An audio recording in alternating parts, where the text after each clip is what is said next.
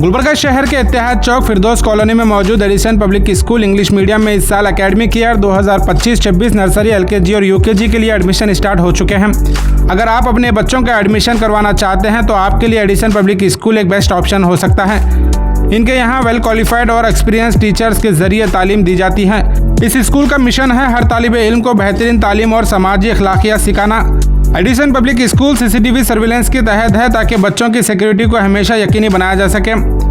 इस स्कूल में Islamic values और मोरल्स पर खास फोकस किया जाता है ताकि आपके बच्चों को दुनियावी तालीम के साथ दीनी तालीम भी हासिल हो सके। और यहाँ हर एक स्टूडेंट्स पर खास तवज्जो दी जाती है ताकि हर बच्चा अपने परफॉर्मेंस में बेहतर बन सके। Edison public school English medium शहर के हागरगा रोड, इत्तेहाद चौक, फिरदौस कॉलोनी, फातिमा हॉस्पिटल के करीब मौजूद है। मज़ीद तफसीलात के लिए आप स्कूल को ज़रूर विजिट करें या फिर स्क्रीन पर दिए नंबर पर कॉन्टैक्ट कर डिटेल हासिल कर सकते हैं।